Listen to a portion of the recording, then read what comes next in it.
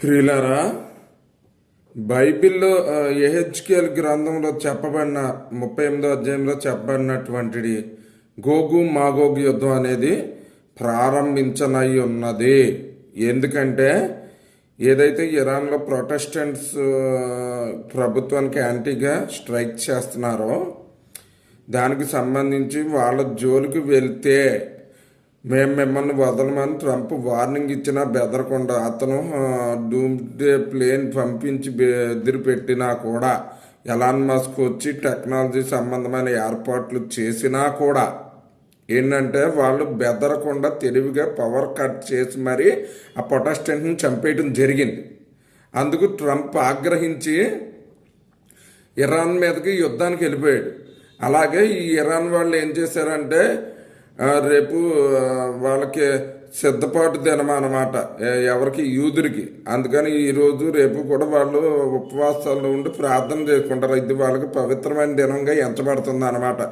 ఆ సమయంలో దానికన్నా ముందు రేపు చేస్తున్న దినం సిద్ధపరచు దినం కనుక ఈరోజే ఆ మొసాద్కి సంబంధించిన వాళ్ళని, ఏదైతే మొసాద్ ఉందో ఆర్మీ, ఇస్రాయేల్ ఆర్మీ వాళ్ళను మేము లేపేస్తాము అని ఇరాన్ వాళ్ళు స్టేట్మెంట్ ఇచ్చారు. దాంతో ఇస్రాయేల్ దేశం కూడా వాళ్ళని కాపాడుకోవడానికి యుద్ధంలోకి దిగింది. ఇలాగే ఇస్రాయేల్ దేశం మరియు అమెరికా దేశం కూడా ఇరాన్ మీదకి దండెట్టి వెళ్తున్నాయి.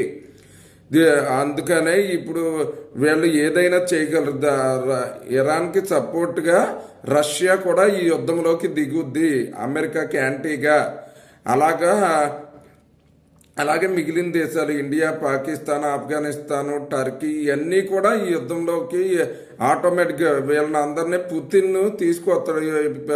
ఇండియా ఏమో పాకిస్తాన్కి యాంటీగా ఇస్రాయేల్కి సపోర్ట్గా వస్తుంది. కాబట్టి బైబిల్లో చెప్పిన గోగు మాగోగు యుద్ధం స్టార్ట్ అయిపోద్ది. అది అయిపోద్ది. ఆ యుద్ధం ముగిసిన తర్వాత ఏంటంటే అందులో పార్టిసిపేట్ చేసిన దేశాల మధ్యన ఇండియా, పాకిస్తాన్, రష్యా, అమెరికా ఇలాగే మిగతా యుద్ధాలు కూడా జరుగుతాయి. ఇది ప్రపంచ యుద్ధంగా మార్చబడుతుంది.